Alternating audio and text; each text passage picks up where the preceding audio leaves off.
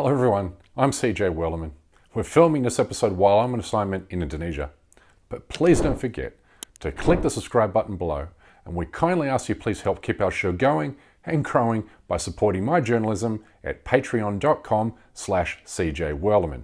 You'll be helping me expose more injustices in the Muslim world. Now let's get into it.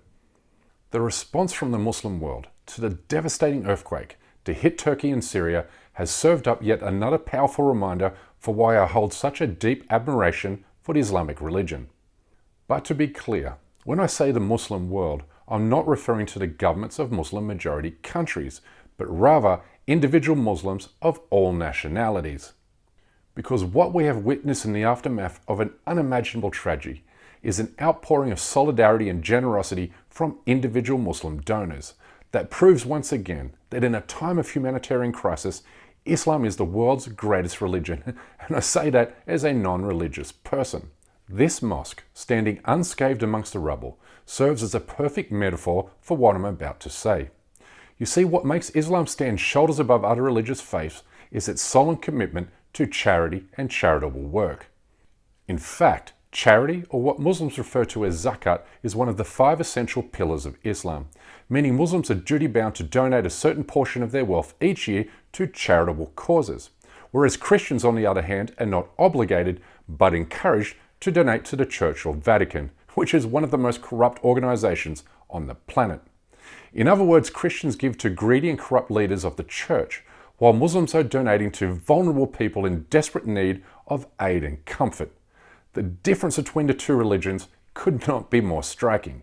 And if you're looking for a clear illustration for how Islam inspires generosity, then meet this Rohingya Muslim woman, a refugee in a foreign country who sold her only item of value to help Turkish and Syrian victims. Rohingya refugees in Bangladesh are also leading the way to raise money and aid for Turkey and Syria, remembering that these Muslims are survivors of genocide who remain displaced from their homes and villages in Myanmar.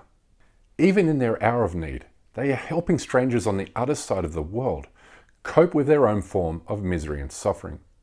And this is exactly what makes Islam stand out from other religions. You see, whereas Christians, Hindus or Jews see other members of their respective faiths as merely co-religious believers, Muslims, on the other hand, see fellow Muslims as brothers and sisters, and they use this family-centered terminology to refer to each other, always. The way a Rohingya genocide survivor feels about a Turkish earthquake victim is the same way non-Muslims feel about members of their own families.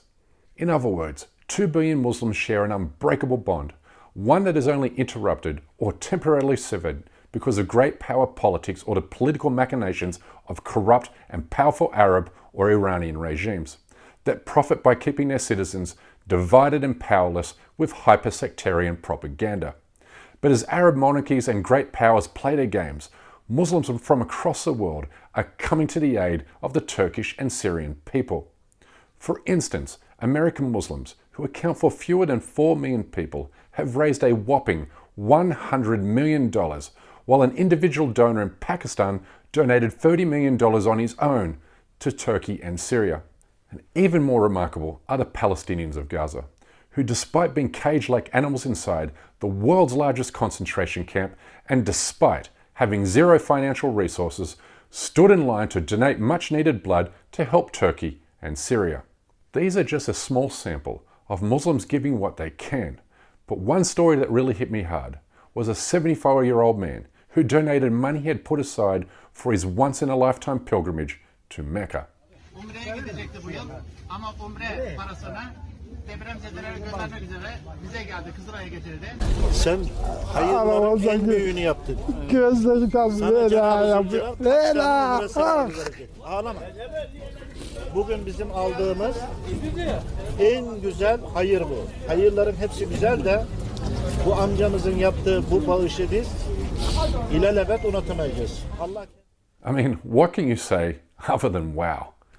Putting others who are less fortunate than you before your own interests is the living embodiment of Islamic scripture.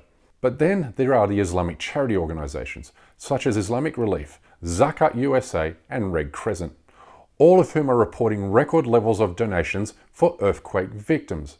No matter what religious faith you belong to, you can't help but be totally overawed by the collective generosity and kindness of Muslims.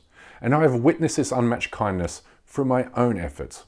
Last year, the Turkey-based charity group, Droplets of Mercy, asked me that I help them raise money for Uyghur refugees in Istanbul, with the target of raising $10,000 from my individual efforts on social media. My initial reaction was, I will never be able to help you raise this much money in such a short period of time. But boy was I wrong. In fact, I helped them raise more than 90% of this target in just 60 days by posting only a few tweets. That's right, we raised $9,000 for Uyghur refugees from individual Muslim donors in under 2 months. This still blows me away, because right there, that's the mobilizing power of Islam in a humanitarian crisis. But let me finish with this. The human catastrophe of this earthquake continues to unfold. Voices are still being heard under the rubble, with survivors left homeless in the freezing cold while grieving for their missing loved ones.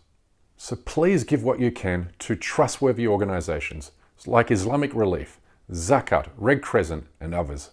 They need our help. Anyway, that's my time for today. Please don't forget to subscribe to the channel. And we kindly ask you please support this endeavor by becoming a member of this show at patreon.com/CJWellerman. We can't produce, sustain, and grow this show without your help, and we offer exclusive benefits to those who do. But for now, good night, good morning, wherever you are, and stay blessed.